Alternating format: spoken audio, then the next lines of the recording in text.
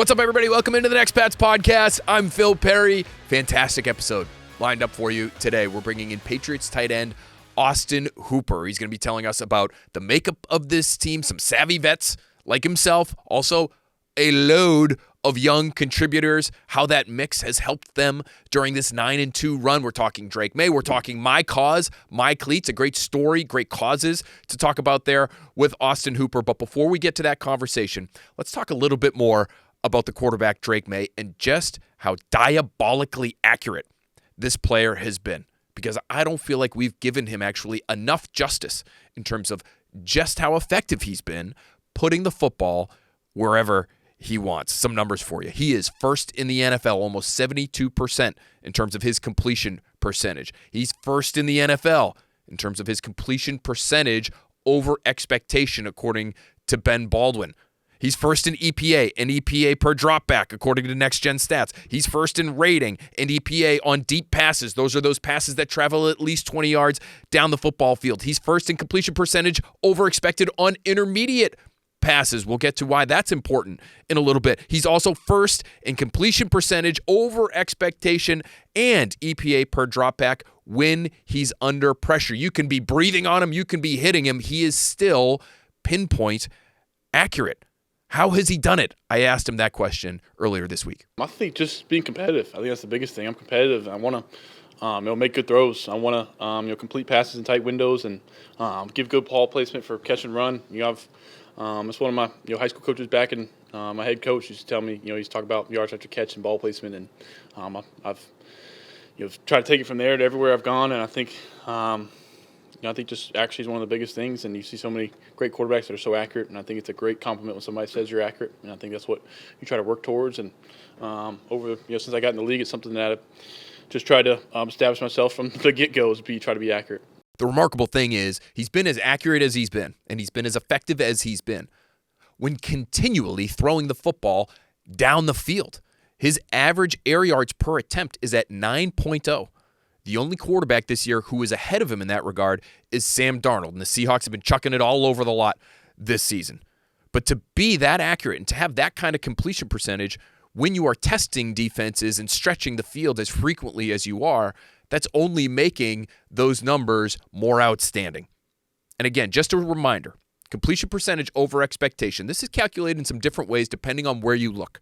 But according to Ben Baldwin, formerly of The Athletic, one of the foremost, and I say this with all the love in my heart, one of the foremost nerds among all nerds who cover the NFL. He does phenomenal work. He has broken it down this way. He's looking at things like field position, down, yards to go, total air yards. That and more factors into his completion percentage over expectation metric. And Drake Maye this year is number one with a bullet. Actually, over the course of the last 10 years, he's number one with a bullet at 10.1. That's his completion percentage over expectation. So what should his completion percentage be? It should probably somewhere in the low 60s, given down and distance and the scenarios in which he has been able to complete passes. But he's a full 10 percentage points over where he should be. Just as a historical reference and giving you some context here, last year, the leader in CPOE, according to Baldwin, was Jalen Hurts at 7.5. The year before that, Brock Purdy, 5.4. Geno Smith, the year before that, 5.6. The only players who have broken 7 are Hurts, Aaron Rodgers back in 2020, Ryan Tannehill, believe it or not, playing for Mike Vrabel in 2019, and Russell Wilson for the Seahawks in 2018 at 7.5. No one's even broken 8. And Drake Maye is sitting there at 10.1. And there is still some time to go. And so let's see if he's able to keep that going. But what is his head coach, Mike Vrabel? He's a defensive guy. He's seen plenty of great quarterbacks over the course of his career as a player. He coached an incredibly accurate quarterback in Ryan Tannehill in that one magical year he had in 2019. What does Mike Vrabel think about Drake Maye's accuracy? How much can that be worked on? How much of that is a learned skill? And how much of that is innate? I think probably a little bit of both. I think that Josh and Ashton have tried to work hard on that. I also think Drake is talented, and again, it's like a pitcher. And I mean, I don't know if there's a pitching coach that was really taught Greg Maddux how to paint the plate and put the ball wherever he wanted it. So I think there's some natural skill there, but then I think that they work on those things and they work on platform and throwing off of different places and still remaining accurate and climbing a pocket and working with a base and all those things. And then, there's other times where it's just natural athletic ability and hand-eye coordination and putting the ball in good spots. I mentioned earlier, Drake Maye's accuracy on those intermediate throws. Those are those throws that travel somewhere between 10 and 19 yards beyond the line of scrimmage. He has been so effective there, and your eyes would tell you that, right? All of those throws against zone coverage to Stephon Diggs, where it feels like there's nobody within 5 or 6 yards of the Patriots veteran receiver, or all those throws down the seam to Hunter Henry between zone defenders. He has been phenomenal, Drake Maye has, in those situations, and the numbers would bear that out. Sumer Sports tells us his completion percentage against zone is a whopping 76.6%. And that's at a 9.0 yards per attempt clip, all against zone coverage. In his touchdown interception ratio, 4-1. He has 8 touchdowns against just 2 picks when facing zone this year. And the Patriots see a ton of zone coverage because of Drake Maye and his ability to run. Defenses don't, generally speaking, want to play a lot of man-to-man, turn their backs and run with their assignments down the field because Drake Maye and his athleticism poses such a threat. He can run right up their backs and break off a 35 or 40-yard run before you can say, oh bleep. Hunter Henry and I spoke earlier this week in the Patriots locker room about why Maye's accuracy has helped them so much against those zone looks. I think that's actually a very underrated characteristic because obviously you see around the league there's a lot of zone coverage. So the varying of throws, of touch and layering and like having to put it in different spots. I mean, you got to be able to have that. He has all that. And he just throws a catchable ball. Really easy. You could trust like in your route. Like you don't have to maybe rush anything where you could. He just throws you a ball that's easy to catch. All right, for more on Drake Maye and his accuracy, how the Patriots have gotten to 9-2, let's get to another Patriots tight end in our conversation with Austin Hooper. There he is, Austin Hooper, Patriots tight end. Thanks so much for being with us here on Next Pats. Austin, we want to talk about My Cause, My Cleats. Do want to ask you a little bit about this run that you guys are on right now, 9-2, top of the AFC East. You have been a young man on a very successful football team in the past, went to the Super Bowl in your first year, and you're now in year 10, again on a very successful football team here, Austin. What kind of advice have you tried to share with your younger teammates as you've been on this run? And how do you think maybe the mix of younger players and experienced vets like yourself has helped this team? Well, I guess the advice, if you get beat by a team in the Super Bowl, eventually join them, I guess. Could be the thing. No, it's been awesome. Like, we have a good mix of, like you alluded to, veterans, young guys, and the right type of leaders, the right type of coaching staff that allows the captains of the team, the older guys, to be able to have a voice and positively affect the younger guys in the locker room the right way. I mean, everyone's a different type of leader, right? Like Hunter Henry and Stephon Diggs, a little different personalities, but they both lead in a great way. They both have their own way of going about things, but it's always positive and it's always has a message to it. Like no one's just doing the rah-rah, make it look good style of leadership. It's actually like something with meaning and substance. So, I mean, there are a number of great vets like Morgan Moses up front. I mean, I can go on and on. So it's the right mix of young guys who are hungry and veterans that have had some success before and are willing and able to impart that on the younger players on the roster. So it's a lot of fun being in that locker room.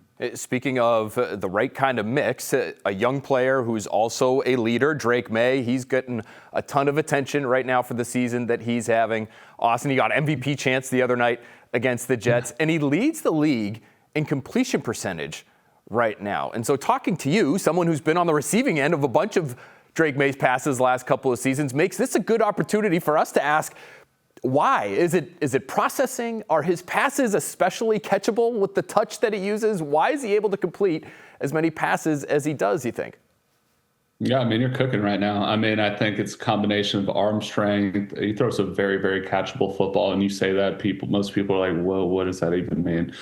But trying to think of the right way to articulate this. Yes, he does throw a very catchable football. He understands like his route runners, like everyone has different body mechanics, if that makes sense. Like Kayshon Boutte, much better athlete than me. So he stops differently than I do. And each player kind of like has their own subtle nonverbal tells. And Drake's such a smart guy. He understands all these things. So he's able to put it in the right spot for every type of pass catcher, whether it's a larger tight end or it's like Pop Douglas, a very explosive, twitched up receiver, right? So he throws a very catchable football because he understands like everyone's individual body mechanics and the way how they get in and out of breaks. So when you turn around, it's just right where you need it to be. And even sometimes, like, even if it's not perfect, you got talented guys on the other side of it who catch the ball that are able to, make it shake. So, I mean, and being with Drake, his leadership style, his sense of humor,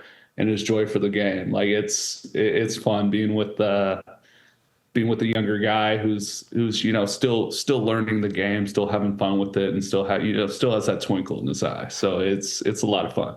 I think you've got fans with twinkles in their eyes throughout the region here in New England, Austin, with what you guys have been doing, especially offensively over the course of this season. It'll be fun to see what you guys are able to do against Cincinnati this weekend. Okay, let's talk My Cause, My Cleats. You're using that platform this year to spotlight youth aging out of the foster care system. You're representing, of course, the Austin Hooper Foundation, as well as the Artem Vale Foundation and More Than Words this year. Yep. Why is that such an important cause to you, Austin? Yeah, certainly. I mean, I just said this I was on a previous Zoom a little bit ago. I never actually kind of said this out loud. Like, I was looking around at other things,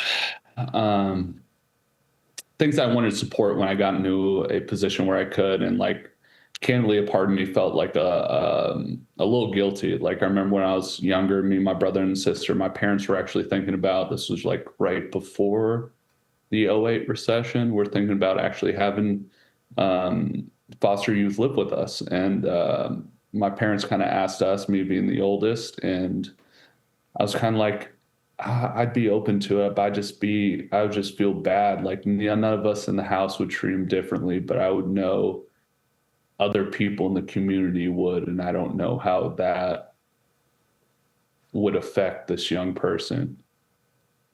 So needless to say, like, when I got older, like, I don't know if it's like make it right or guilt or whatever it is, or just me like wanting to actually do some things. But when the shoe was on the other foot and I was able to kind of positively affect something, and I was looking around at different causes, I was like, I got to pay this one forward and in some kind of way kind of make this right and find my own lane, my own space where I can affect change in a positive way.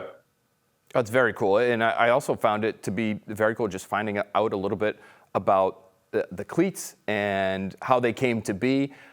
Adelia Hovanesian and Jamal Bayankia, they were the artists who worked on the cleats, and they both were impacted by More Than Words, which works with young adults who are involved in the foster care system, who are homeless or out of school. So, Austin, we have to ask you, how involved were you with the look of the cleats?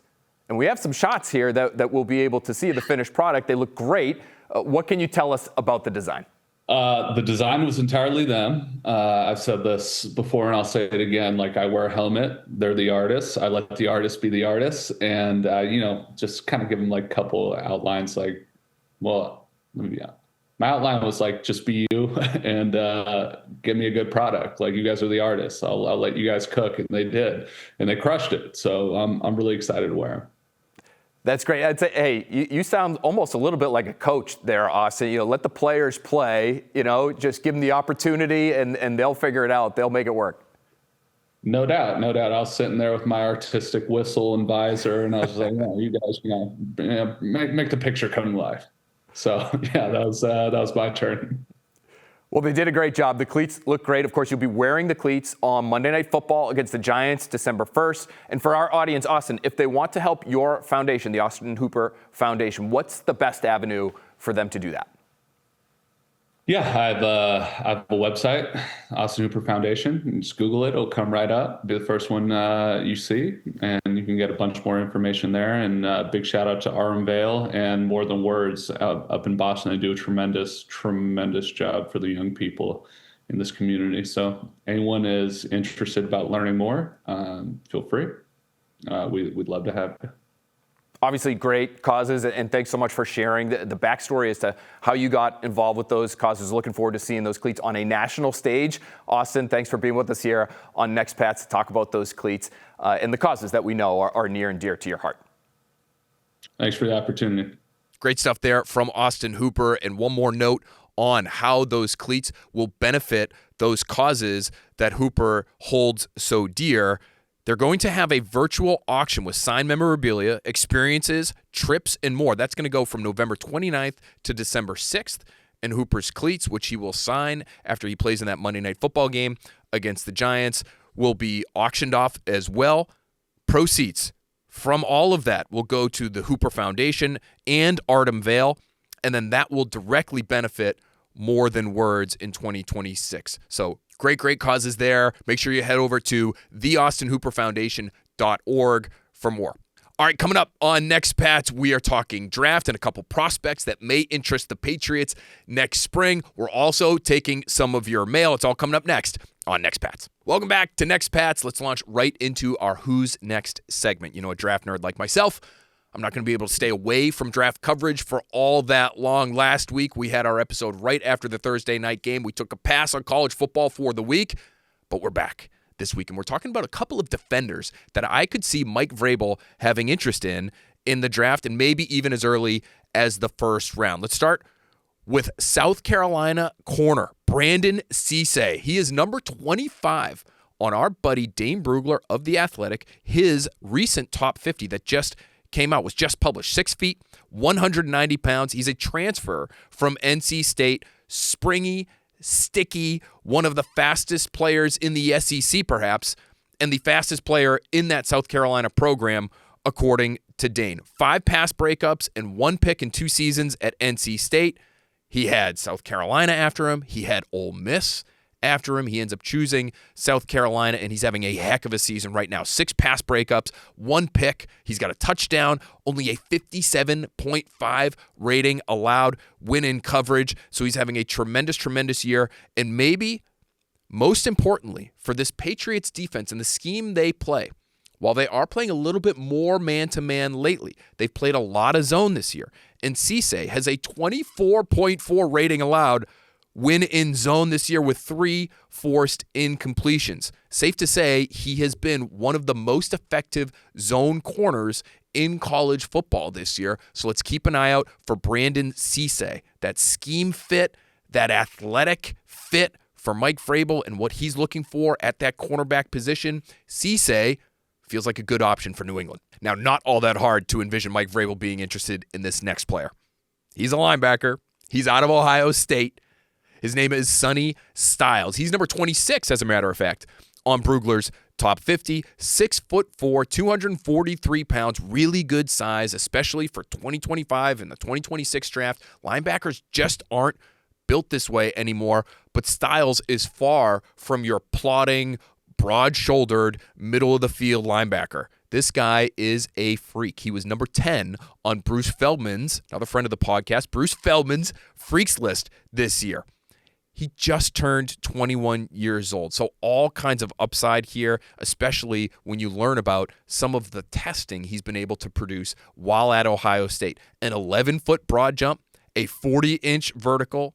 He's squatting almost 700 pounds, and he has hit almost 23 miles per hour on the GPS while at Columbus. According to Bruce, his body fat is at 10%. His body fat percentage, 10%. That is mind-blowing. And according to Bruce, his body fat percentage is at just 10%. If that wasn't mind-blowing enough, yes, this guy can actually play on the field as well. Finished second on the team in tackles last year with 100, had 10.5 tackles for loss, 5 pass breakups last season, and in 9 games through this season in 2025, 50 tackles, 2.5 tackles for loss, 1 pick, 1 forced fumble. Listen, you know you've got a linebacker for next year, maybe beyond, in Robert Spillane. But Jack Gibbons has no guarantees on his deal for 2026. Nothing guaranteed for either Spillane or Christian Ellis on their contracts after 2026. So if you're looking for the future at that position, and you should probably start looking this coming spring, Sonny Styles feels like a fit for Mike Vrabel. All right, you know what time it is. It's time to get into some of your phenomenal mailbag this week. Thanks to everyone who contributed questions. Let's go with Jake for our first question this week. He asked, what do you anticipate the split being for Ramondre Stevenson and Travion Henderson when Ramondre returns? And now Ramondre Stevenson, it should be noted, a full participant in practice earlier this week, so it looks like he could be getting back on the field in Cincinnati. If you're asking me, you have to go back to having this be a split. Now, does that mean it should be a quote-unquote split the way it was the last time we saw Stevenson on the field against the Cleveland Browns and he got 50 snaps to Henderson's 14? No, it should be more even than that. But in my opinion, if you want to make sure that Henderson is with you and fully healthy for the stretch run, giving him 24 touches as the Patriots did on Thursday night against the Jets last week, isn't sustainable. Just a shade over 200 pounds. It's just asking a little too much from Henderson. We saw while he was in college, you got the best version of Henderson at Ohio State when he was splitting reps with Quinshon Judkins. So go back to that kind of breakdown, especially while Stevenson works his way back into game shape after being out for a little while. So don't make it just the Ramondre Stevenson show. Don't put Travion Henderson on ice. I think he's been much better, not only running between the tackles, but also in pass protection these last couple of weeks as he's gotten so many more reps, both in practice and in games. But I think if you rely too much on Henderson, you might get diminishing returns. One more quick one here from Kyle, who asks, other than Drake Maye, what's one player who has surprised you with their performance so far this season, could be good or bad? For me, the answer outside of Maye, in terms of a positive surprise, has to be Kayshon Boutte, who's been Maye's down the field #1 target when healthy, right? So let's see if Boutte, who again was a full participant in practice earlier this week, if he can get back on the field, let's see how he looks. Let's see if he has the ability to use that speed to get down the field. And he's not necessarily a burner, and he'll willingly admit he's not always winning down the field with his speed. It's with his route running. It's with his ability to pace his routes. It's with his patience, sometimes at the line of scrimmage or in the middle of his routes. But he has been so effective at tracking the football and making sure Drake Maye's numbers, remember all those numbers we mentioned off the top of the show where he's the most or one of the most accurate quarterbacks down the field in the NFL right now? A lot of that is due in part to what Kayshon Boutte has been able to do on the other end. So as he finishes up his third season, how strong can he finish after overcoming a soft tissue injury? Is it a strong enough finish where the Patriots are going to be looking at giving this guy an extension after his third season this coming offseason? That bears watching once we get there. A lot of football to be played between now and then, though. And, of course, we'll be right back here on Next Pats talking Patriots-Bengals. We'll be looking ahead to that Monday Night Football game next week. Should be a great week. We'll have another great interview for you, so make sure you keep it right here with us on Next Pats. We'll talk to you next time.